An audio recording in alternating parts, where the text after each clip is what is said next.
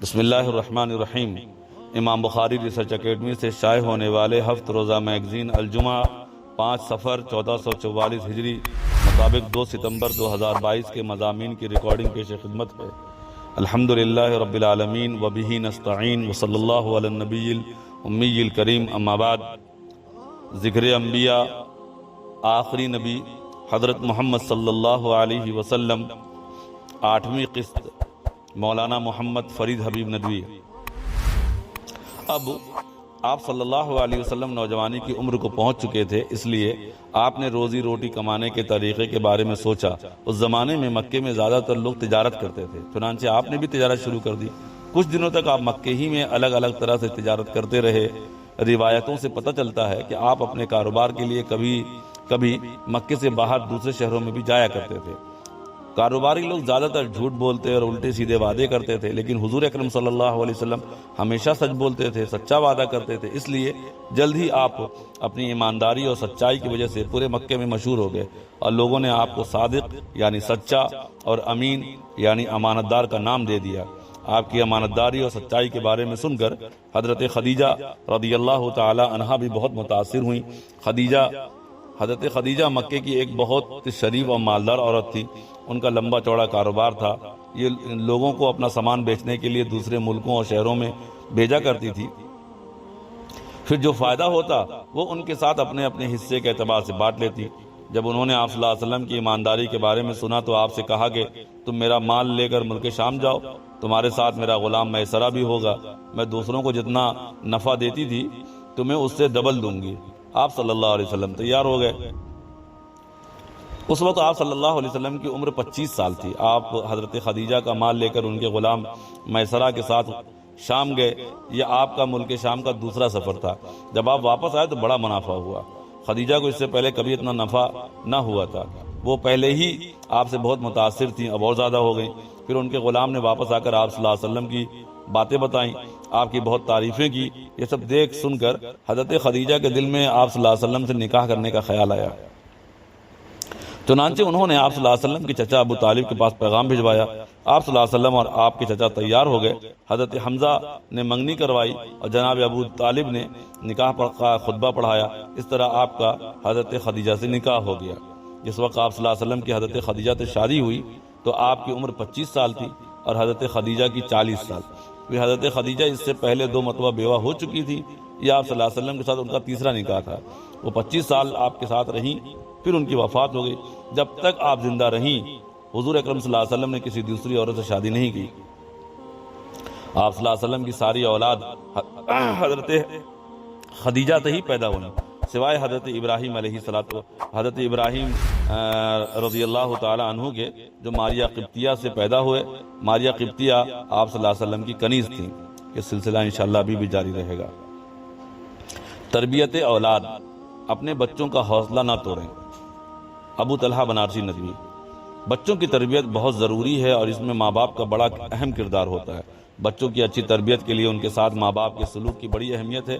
اچھی تربیت کا مطلب ہے کہ بچوں کی چھپی ہوئی صلاحیتوں کو پروان چڑھایا جائے۔ بہت سے والدین تربیت کے نام پر اپنی اولاد کو ہر وقت ڈانٹتے ڈپٹتے رہتے ہیں، انہیں ان کی ہر غلطی پر سزائیں دیتے ہیں، انہیں سب کے سامنے شرمندہ کرتے رہتے ہیں، یا انہیں خود کسی بھی بات کا فیصلہ لینے نہیں دیتے کہ کہیں ان سے غلطی نہ ہو جائے، یا انہیں کمزور سمجھتے اور انہیں اس کا احساس بھی دلاتے ہیں۔ تو ایسے ماں باپ کو یہ بات یاد رکھنی چاہیے کہ وہ اس طرح اپنے بچے کی تربیت کی جگہ ان کی حوصلہ شکنی کر رہے ہیں، انہیں احساس کمتری میں مبتلا کر رہے ہیں۔ اس لیے ہمیں یہ سمجھنا ہوگا کہ وہ بچے ہیں اور ہم ان سے ان کی صلاحیتوں، طاقتوں اور عمر سے زیادہ کی امید نہیں لگا سکتے۔ ہماری یہ امید ہے کہ وہ ہر وقت ہر کام اپنے وقت پر کریں، ان کا کمرہ ہر وقت بالکل ٹھیک ٹھاک رہے، اسکول کا سارا کام بالکل اچھے اور بہترین طریقے سے انجام دیں، تو یہ ان کے ساتھ زیادتی ہے۔ اپنے بچوں سے اچھی امیدیں لگانا بہت اچھی بات ہے، مگر جب یہ چیزیں حد سے بڑھ جائیں تو یہی چیز ان کے لیے نقصان دہ ثابت ہو سکتی ہے۔ اس لیے تمام والدین کو چاہیے کہ بہت سوچ سمجھ کر اور عقل مندی کے ساتھ اپنے بچوں کی تربیت پر توجہ دیں، ان کی اچھائی کی تعریف کی جائے اور ان سے ہونے والی غلطیوں کو تب تک نظر انداز کیا جائے جب تک کہ وہ معاملہ سنگین نہ ہو یا ان کے حق میں نقصان دہ ثابت نہ ہو۔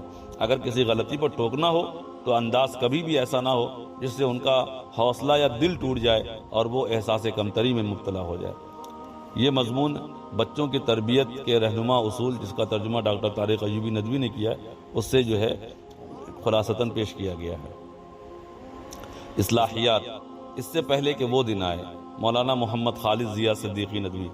آج ہمارے سماج میں دوسرے کی عزت و آبرو کے حوالے سے بڑی غفلت پائی جاتی ہے۔ کسی کی غیبت کر دینا، تہمت لگا دینا، برے نام سے پکارنا، کسی کی نقل اتارنا، گالی دے دینا، کسی بڑی اور محترم شخصیت کے بارے میں نازیبہ الفاظ استعمال کرنا، کسی کے خاندان، اس کے ذات پات، حسب و نسب کے بارے میں برا بھلا کہنا، کسی کو بے آبرو کر دینا، آج کے دور میں کوئی گناہ سمجھتا ہی نہیں ہے۔ آج ہر شخص یہ سمجھتا ہے کہ جب چاہے، جسے چاہے، وہ کسی کو بھی بے آبرو کر سکتا ہے، اسے اس کا پورا حق حاصل ہے۔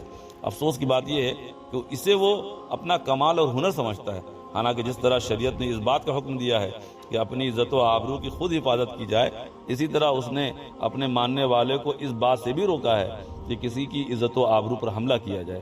یہ کس قدر حیرت اور عبرت کی بات ہے کہ ہم تو اوروں سے یہ توقع رکھیں کہ وہ ہماری عزت و آبرو سے کھلواڑ نہ کرے، مگر ہماری زبان، ہمارا قلم دوسروں کی عزت و آبرو پر کینچی کی طرح چلتا رہے۔ کیا ہمارا یہ رویہ اصلاح کا محتاج نہیں ہے؟ یاد رکھیے، اگر ہم نے کسی پر زیادتی کی، کسی کو جسمانی، روحانی، قلبی تکلیف پہنچائی ہے، تو فوراً ہمیں اس کی تلافی کی فکر کرنی چاہیے، اس سے معافی مانگنی چاہیے۔ اگر وہ دور ہے تو خود جا کر یا خط کے ذریعے یا فون سے یا میسج کر کے اس سے سچے دل سے معافی مانگنی چاہیے، اور اس وقت تک یہ سلسلہ جاری رکھنا چاہیے جب تک کہ وہ خوش دلی سے ہمیں معاف نہ کر دے، ورنہ کل قیامت کے روز اس کا انجام اچھا نہ ہوگا۔ پیارے رسول صلی اللہ علیہ وسلم کا ارشاد ہے، جب کسی نے اپنے بھائی کی عزت یا اس کے کسی اور شے میں حق تلفی کر رکھی ہو تو اسے چاہیے کہ وہ آج ہی اس سے معافی وغیرہ مانگ کر بری ذمہ ہو جائے، اس سے پہلے کہ وہ دن آئے جب نہ دینار ہوگا نہ درہم، بلکہ اس دن تلافی کا طریقہ یہ ہوگا کہ اگر ظلم و زیادتی کرنے والے کے پاس نیکیاں ہوں گی تو حق تلفی کے بقدر اس سے لے کر مظلوم کو دے دی جائیں گی، اور اگر زیادتی کرنے والے کے پاس نیکیاں نہ ہوں گی تو جس پر زیادتی ہوئی ہے اس کی برائیاں لے کر زیادتی کرنے والے کے کھاتے میں ڈال دی جائیں گی۔ بخاری 24:49۔ اللہ اکبر، یہ کتنا سخت معاملہ ہے۔ اس لیے ہم میں سے ہر شخص کو کسی کی عزت و آبرو پر حملہ کرنے سے پہلے 1000 بار سوچنا چاہیے۔ اگر غلطی سے یہ گناہ سرزد ہو جائے تو اسی دنیا میں پوری فکر مندی کے ساتھ اس کی تلافی کی کوشش کرنی چاہیے۔ السلام علیکم ورحمۃ اللہ وبرکاتہ۔